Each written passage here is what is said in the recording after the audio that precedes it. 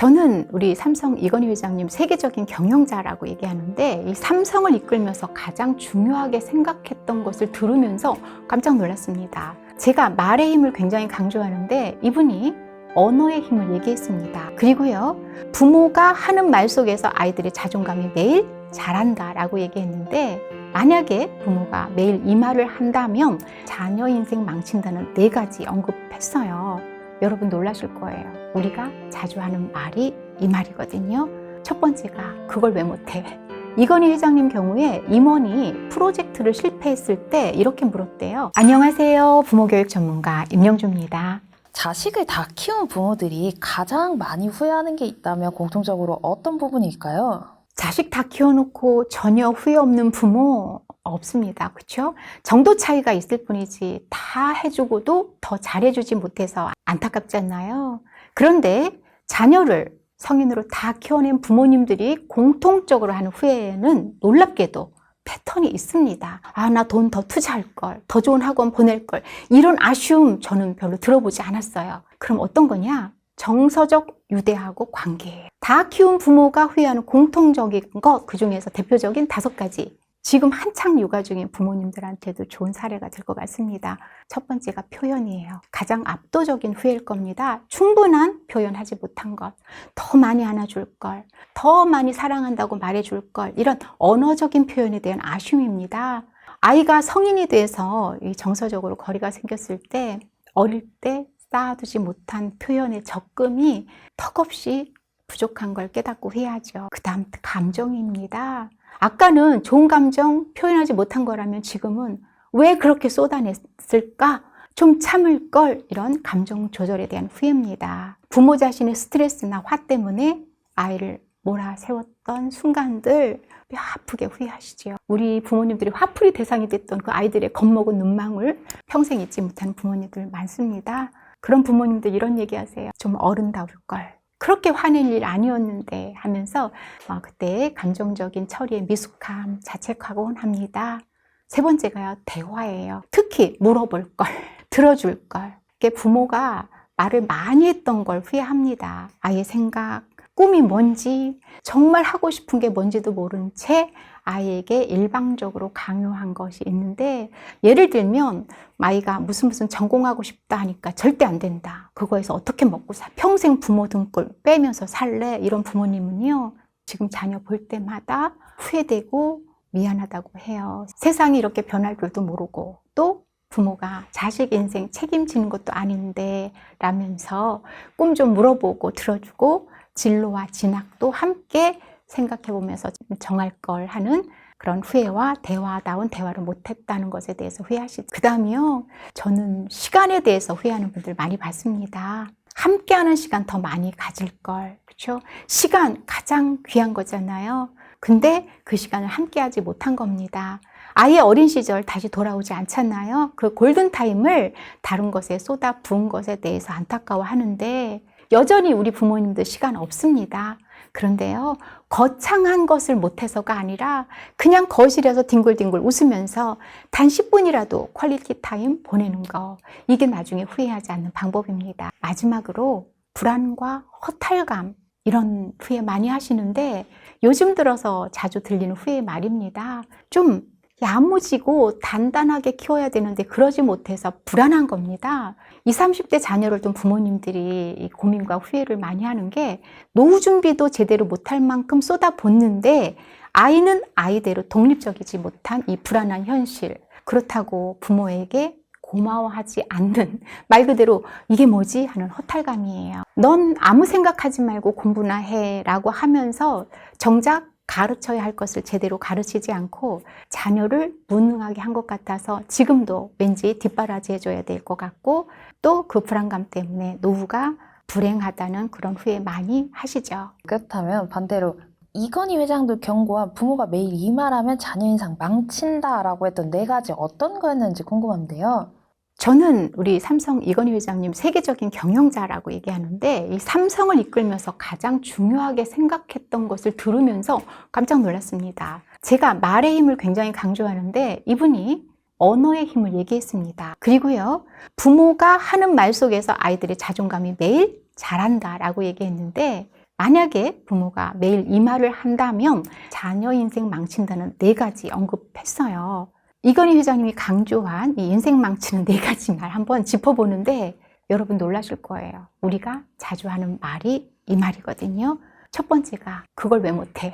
이 말은 질문이 아니라 비난이고 결과를 추궁하는 말이죠. 다른 아이는 다 하는데 나는 못하는구나, 나는 부족하구나 이렇게 과소평가하게 하고요. 이 비교가 열등감의 씨앗이 된다는 거죠. 이건희 회장님 경우에 임원이 프로젝트를 실패했을 때 이렇게 물었대요. 어디서부터 꼬였습니까? 그러면 솔직하게 답을 했대요. 근데 만약에 왜 실패했습니까? 라고 물었다면 아마 방어적으로 변명만 늘어났을 거고 문제는 해결되지 않고 관계만 나빠졌을 거라는 거죠. 자녀에게도 같은 원리가 적용돼요. 아이가 숙제를 못 끝냈어요. 그럴 때 왜 다 못했어? 이렇게 물으면 변명부터 찾겠죠. 대신에 어디서 막혔어? 어느 부분이 어려웠니? 다시 한번 해볼까? 같이 해보자. 이러면 자신이 공격받지 않는다는 걸 느끼고 문제를 정확히 들여다 봅니다. 두 번째 망치는 말이요. 다 널 위해서 그러는 거야. 이 말인데 사실 부모의 사랑이잖아요. 그런데 알고 보면 강요와 통제의 언어라는 거죠.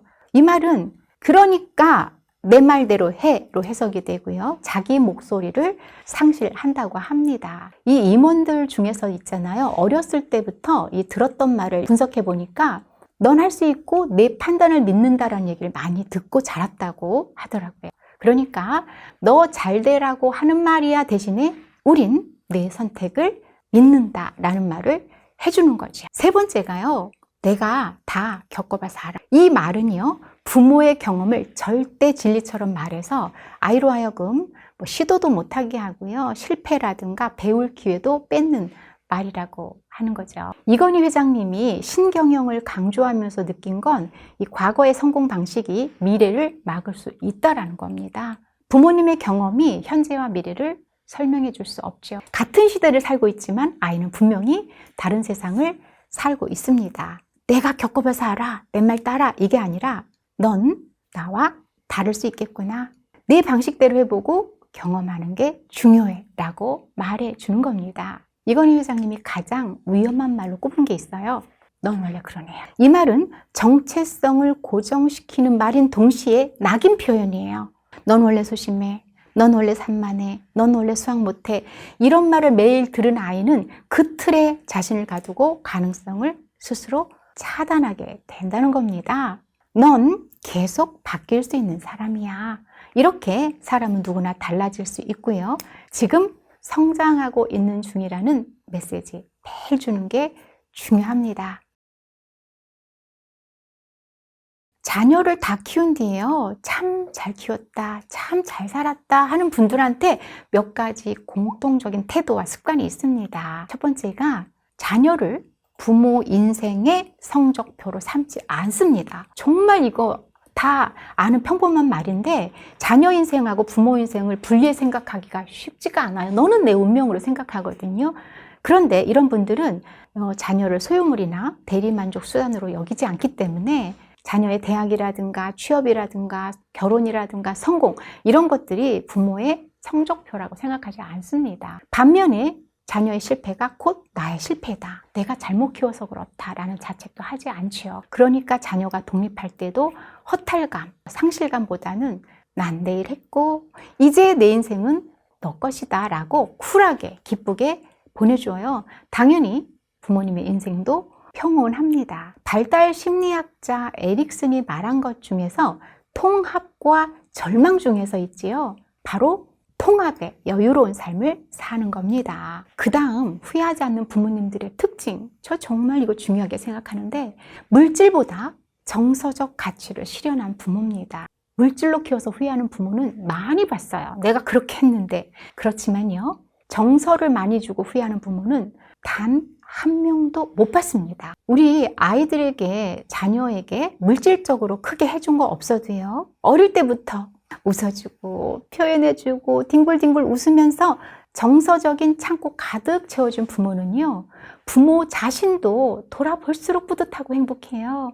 자녀가 부모 떠올릴 때도요, 아, 우리 부모님이랑 참 그때 좋았어, 즐거웠어, 이렇게 기억이 많아요. 그러니까 성인이 돼서도요, 부모와 함께 하는 것을 기뻐하고, 부모는 또 어때요? 자녀와의 이 계속되는 친밀감 덕분에 보람을 느낍니다. 그 다음, 저 정말 이 세 번째 강조 드리는 건데요. 또 부모로서 개인으로서 만족도가 높은 분들이 대체적으로 자녀 잘 키우고 후회하지 않는 분들이에요.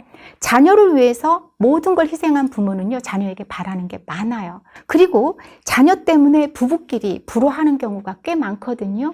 뭐 육아관이 달라, 훈육관이 달라, 학업 문제 등등등 부딪히는 경우들 많은데, 사실 아이에게 결국은 독이 됐던 것들입니다. 자식 잘 키우고 후회하지 않는 부모는요, 부부로서 서로 존중하며 사는 게 정말 얼마나 중요한지 알았던 분들이에요. 제가 이런 분을 봤습니다. 결혼식장에서 남편이, 그러니까 신부의 아버지가 축사를 했어요. 그 축사를 하는데 우리 축사 내용 그쵸? 비슷하죠. 갈등이 생겼을 땐 그러그러하고 서로 어떻게 하고 대화 많이 나누고 이런 축사를 하고 이제 신부의 아버지가 자리로 돌아오는데, 혼주석으로 들어오는데, 그 혼주석에 앉아있던 아내가 들어오는 남편이 이렇게 손을 잡고 이렇게 옆에, 여보, 우리 얘기네. 제가 혼주석 옆에 있었거든요. 제가 그 얘기를 듣고, 그래, 저렇게 키운 부모는 부부로서 행복한 삶을 살았고, 이 아이들도 행복한 삶을 꾸려나갈 것이다 라는 생각을 했습니다.